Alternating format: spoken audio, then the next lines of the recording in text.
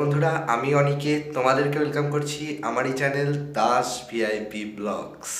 তো তোমরা তো জানো এখানে ডেলি ব্লগস আপলোড হয়, তবে অনেকদিন আমি ভিডিও দিইনি। তো এখন আমি ভিডিও করছি আমার স্কুলের সায়েন্স এক্সিবিশন হচ্ছে ওখানে সরস্বতী পুজো উপলক্ষে। তো ওখানে যাওয়া যাক, ওখান থেকে আমি ইন্ট্রো থেকে শুরু করবো ভিডিও। আর আমি ভয়েস ওভার করছি না, আর তোমরা দেখতে থাকো।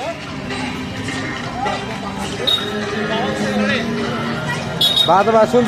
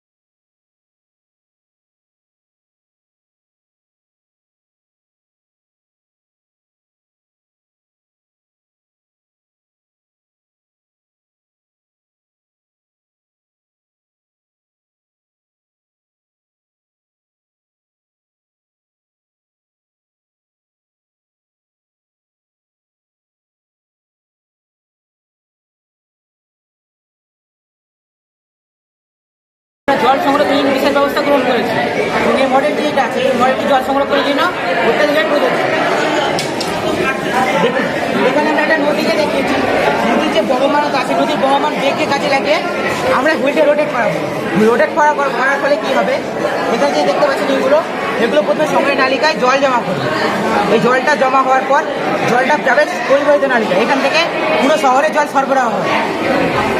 অনেক সময় কী হয় আমরা দেখি এই জল পূর্ণ হতে ওভারলোড হয়ে উপচে পড়ে যায়, তার ফলে জলটা নষ্ট হতে পারে। এই জল নষ্টটা বন্ধ করার জন্য আমরা এখানে একটা অ্যালার্ম সিস্টেম করেছি। দেখুন,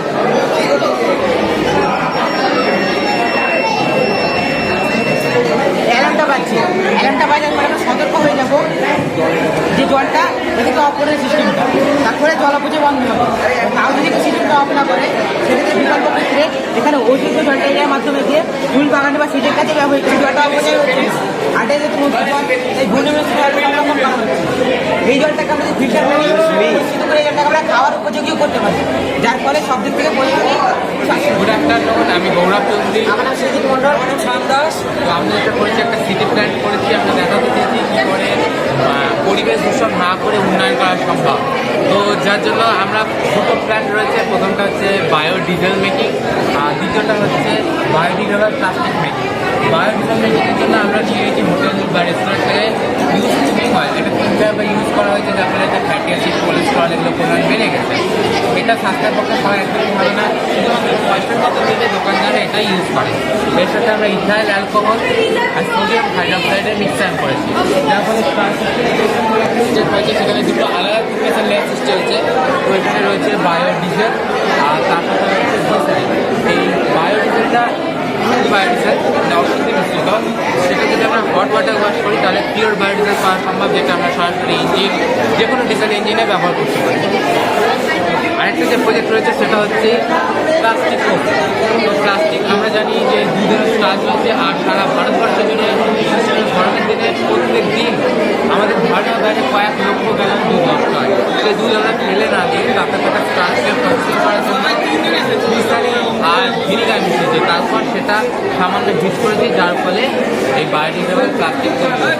এই প্লাস্টিক আমরা নর্মাল কাজে ব্যবহার করতে পারবো এবং অ্যারোজেল বানাতে পারবো, ফুড রাবার বানাতে পারবো, যেগুলো আগের থেকে অনেক ভালো। এবং এগুলো 3-4 রিউজের পর যখনই আমরা মাটিতে ফেলে দেবো তখন ডিজলভ হয়ে যায়, পরিবেশের বায়োডিজেলের সুবিধা হচ্ছে বেশি ফ্রেন্ডলি, পেট্রোলিয়াম জাত চাষযোগ্য উপাদান, তিল, শস্য ইত্যাদি থেকে আমরা তৈরি করতে পারবো বায়োডিজেল।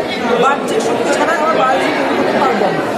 বায়োপ্লাস্টিকের সবথেকে বেশি বেনিফিট হচ্ছে জৈব বন্ধু, রিইউজেবল এবং পরিবেশ বান্ধব বা ইকো ফ্রেন্ডলি।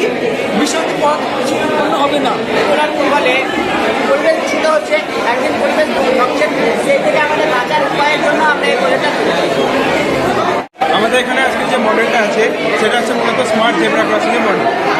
জেব্রা ক্রসিংয়ের মধ্যে কী হয়, নর্মালি এখানে যেমন দেখি রেড সিগন্যাল হয়ে আছে, এবার কোনো এখানে রেড সিগন্যাল হয়ে আছে মানে এখানে যাত্রীরা মানে রোড ক্রস করছে।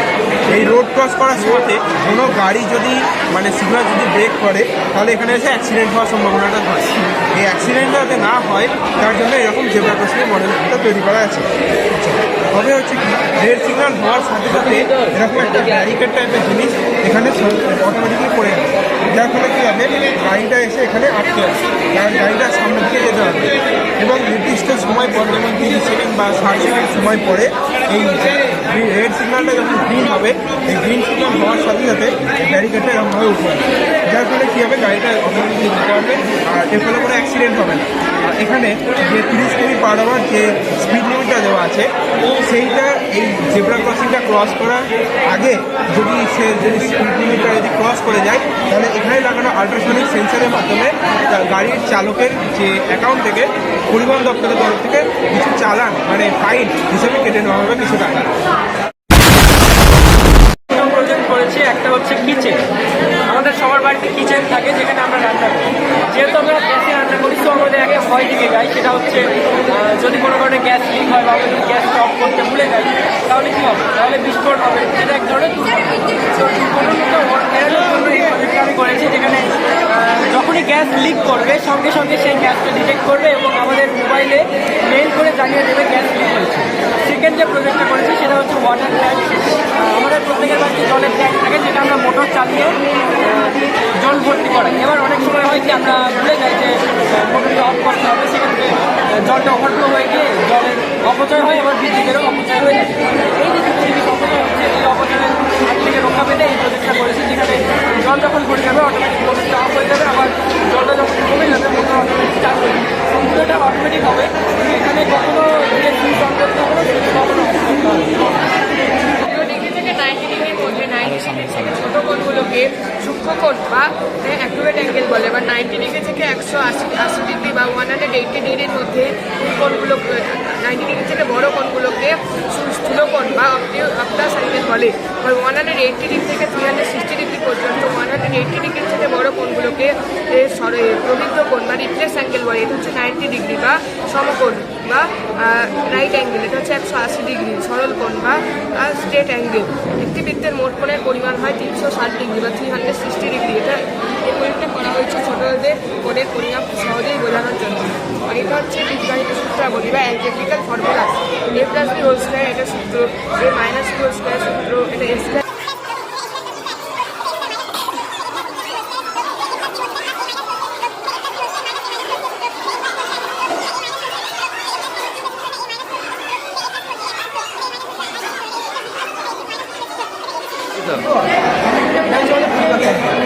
মানে যখন আমরা খাবারটা খাচ্ছি, খাবার খাওয়ার পর বিভিন্ন অঙ্গে এই শোষণ পাচনের পর অপাচ্য বস্তুতে মলাকায় বেরিয়ে যাওয়ার প্রস্তুতি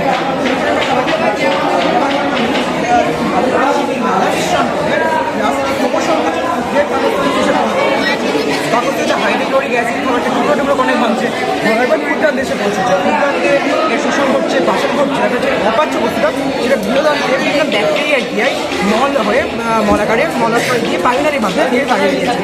সিস্টেমটা এখানে দেখানো হচ্ছে। আর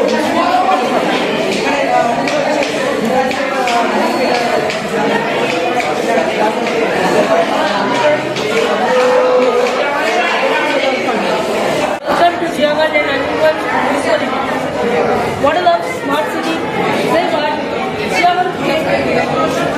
আমরা লক্ষ্য করেছি যে সমস্ত যানবাহনটা চলাচল করে, যে সমস্ত যানবাহনটা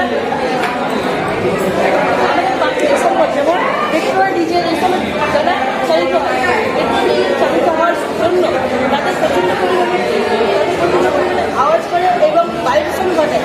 বায়ু দূষণ ঘটানোর ফলে প্রত্যেকটি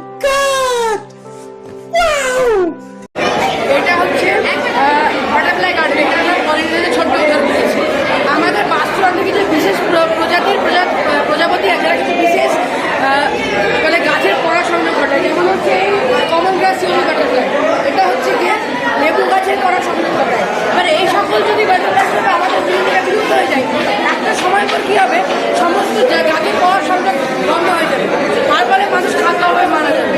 যেমন আইনস্টাইন বলে গেছেন যে যদি মৌমাছি পৃথিবী থেকে বিলুপ্ত হয়, তাহলে একটা সময় পর মাত্র 4 বছরের মধ্যে মানুষ খাদ্য হয়ে মারা যাবে।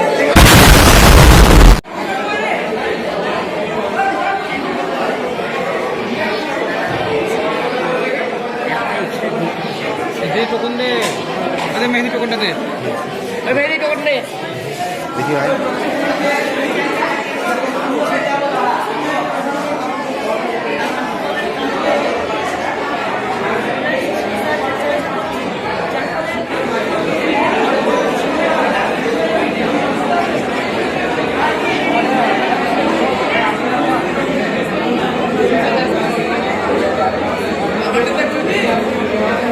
এটা বেশি ভালো আছে।